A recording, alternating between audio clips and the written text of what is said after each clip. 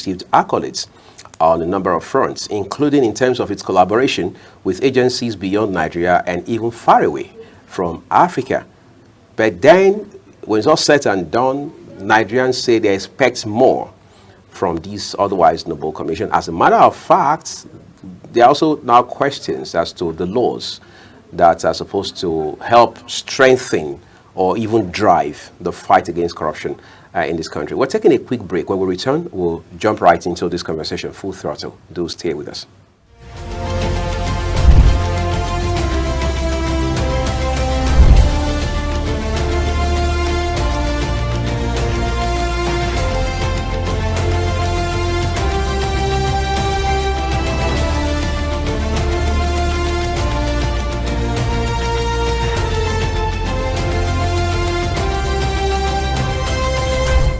All right, let's get right to it. My guest is a lawyer and very enthusiastic about conversations around the fight against corruption, because we do understand that's one way that Nigeria and, of course, its economy can get underway and become more prosperous than it currently stands. I'm joined by Ziggy Usman, a legal practitioner. It's a pleasure to have you in the program. Thank you for having me. Let's begin with first of all, what the fight against corruption was prior to the advent of EFCC and ICPC. We know, yes, the police has always had the anti-fraud units of some kind.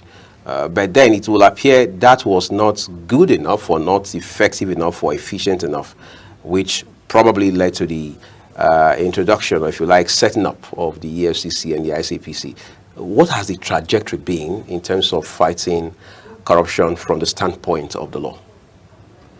Well, at first, before the inception of the agencies created, that was as far back as 2000. Before then, as you did mention, the police have been doing something about that because of the enabling law that has been in existence, which is the criminal code laws. In the north, we have the criminal code, and then we have the South also have their own criminal code and penal code. So the criminal code is applicable in the northern part, while the other one is applicable in the southern part of the country. So we are talking from the point of Nigeria, we are in Abuja here, so criminal code applies. So in that criminal code, there's a provision already that prohibits offenses, give them rights, the police now, to charge and investigate issue of corruption in that particular act, corruption, and other offenses that has to do with that. But that was what they were doing before then. That was where this issue of anti-corruption, the other the departments set. But those, when going forward after then, the inception of the democracy fully 1999, that was when we now begin to have a departure from what we used to have before, and then what we're having now, because they were the one that now laid the first foundation to this anti-corruption war struggle that we have been in for a very long time. Of course, as Nigerians, that was an action and an act in order to show that, yes, even though we were using a military procedure as at then, that is in the military era, now is a civilian regime whereby people will have their own, their voices should be heard. And that is one of the reasons why those things, institutions, they were nurtured and thereby given birth to, as a result of giving back to the society and to the people a sense of belonging, for them to know that, yes, the civilian regime, they are very serious and up to task to give back to the people that which they elected them to represent them. That was one of the concepts as at that 1999/2000, when the first anti-corruption agency was created. That is the ICPC. 2000, that it was created by 2000, in the independent corrupt practices and other related offenses. And it come through the Enabling Act that created the ICPC itself, the commission itself. So that was where they start. And then that gave Nigerians a sense of hope as at then, that yes, of a truth, because based on what Nigerians saw then was that there was a massive corruption going on and there's no way to curtail it. But with that introduction of that anti-corruption agency, then the first agency so far, that gave the then-led federal government a credit in the international community that make them to recognize them and know that yes, we think these Nigerians, they want to start doing something.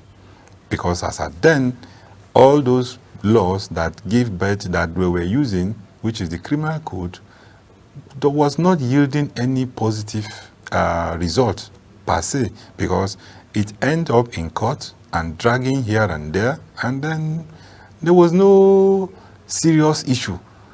Because at the end of the day, it's always the poor that end up being sentenced, and then those ones that doesn't have money, they're the ones that they find themselves in prison.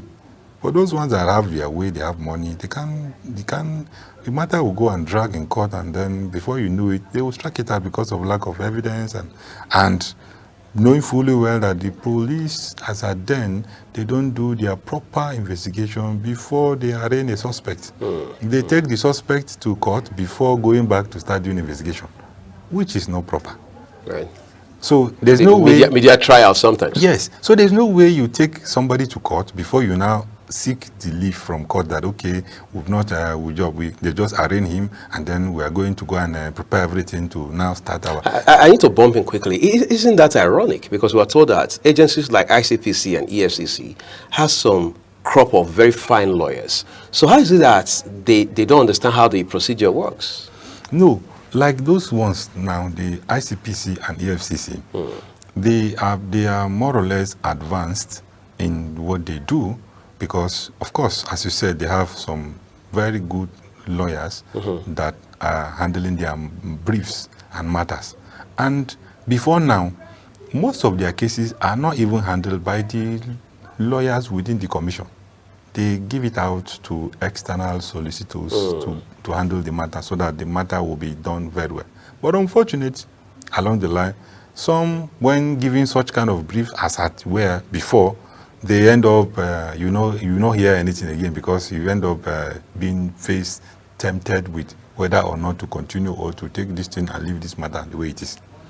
That was why I think, because nowadays I used to see most of the some of the lawyers of EFCC and ICPC in court prosecuting matters themselves.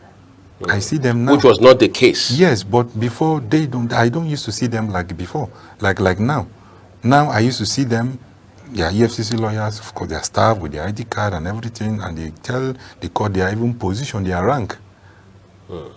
So that's why you know that these are from the agency directly. In-house lawyers. Yes, in-house lawyers. So those ones, of course, that is where there's a paradox from how it used to be before and how they do it now. But even at that, most of the celebrated cases they were able to succeed in, they were done by some of them were done by private lawyers that are handling the briefs for them. Most of the big cases, the political cases and other ones, it was handled by private lawyers that were able to do the needful and then get the result for them. Those judgments, most of them were done by external solicitors that had handled their briefs for them indirectly. So they work in collaboration with the agency because, of course, as a lawyer, there's nothing you can do if the investigator did not do his work thoroughly. Right. Of course, and the investigator must also be guided on how to go about it because sometimes the investigators doesn't know the ingredient that is needed in order to make a case fly in court. It's interesting. We're taking a quick break, everyone. Barrister Usman has a few more things to talk to us about regarding this very important issue. We're back shortly. Stay with us.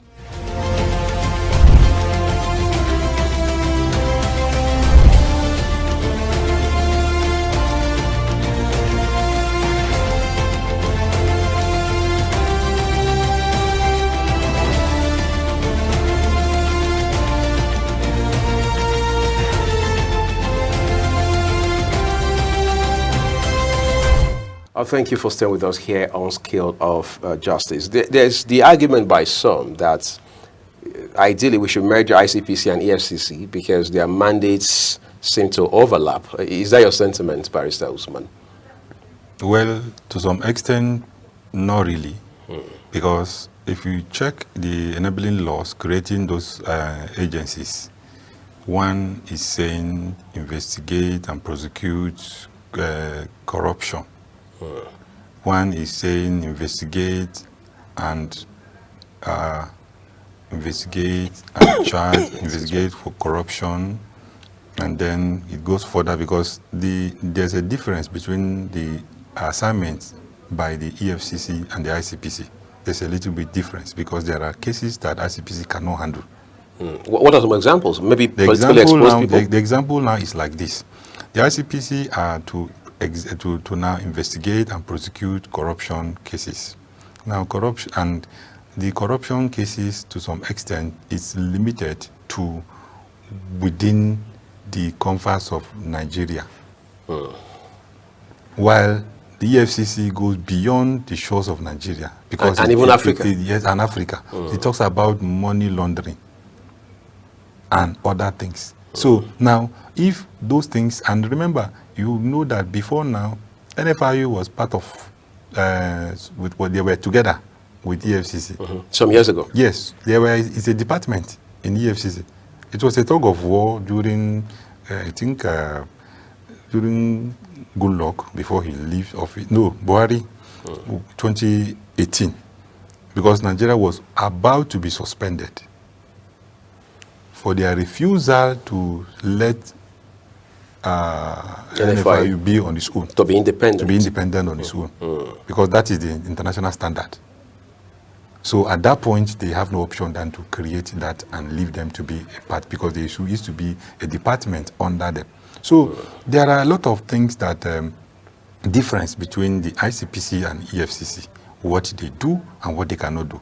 It's not like a replica directly as people think that they do the same thing. No, they do virtually different things, because one is handling, probably taking care of civil servants and other public government officers, while the others is going beyond public officers and going to even international, because that is one of the mandates they have, money laundering.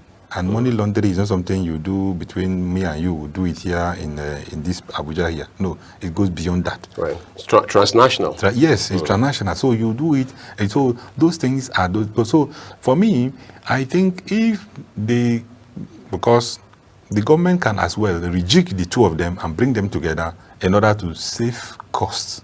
If that is the basis, then no, it's okay. It's a welcome development, Right. and so that they can be funded, because they will have enough funds with which they can work with, because they are to some extent they are somehow incapacitated.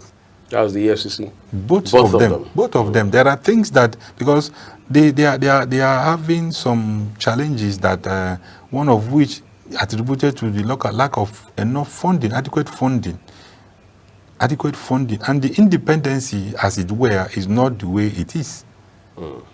So you see, these are things that needs to be looked at, and that should be the argument of people that, okay, this is how it's supposed to be, and the government too, if they really want to make and prove to Nigerians. Because the truth of the matter is this: the founding fathers of these organizations, these institutions, the reason they have and why they did what they did, they have to be commended by taking that bold step.